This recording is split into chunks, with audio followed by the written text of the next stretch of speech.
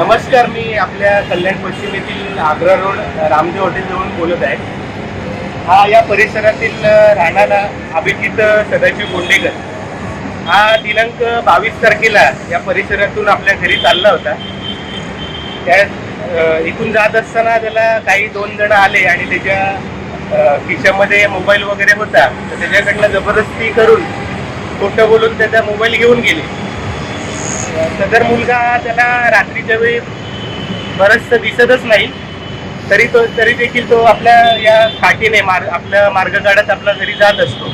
सदर प्रकार घडल्यानंतर तो स्वतः आपले स्थानिक पोलीस स्टेशन आहे तिकडे तो रात्री गेला. त्यानंतर एक 9:30च्या दरम्यान तो तिकडे गेला असताना तिकडे त्याला नंतर 11:15ला सांगण्यात आलं की तू दुसऱ्या दिवशी ये. त्यानंतर तो दुसऱ्या दिवशी सकाळी देखील महात्मा फुले पोलीस स्टेशन येथे गेला.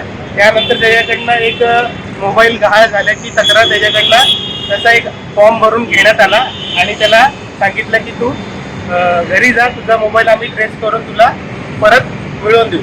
खरं तर या घटनेचं गांभीर्य बघता या प्रकरणामध्ये FIR होण्याची आवश्यकता होती, परंतु FIR झालेली नाही.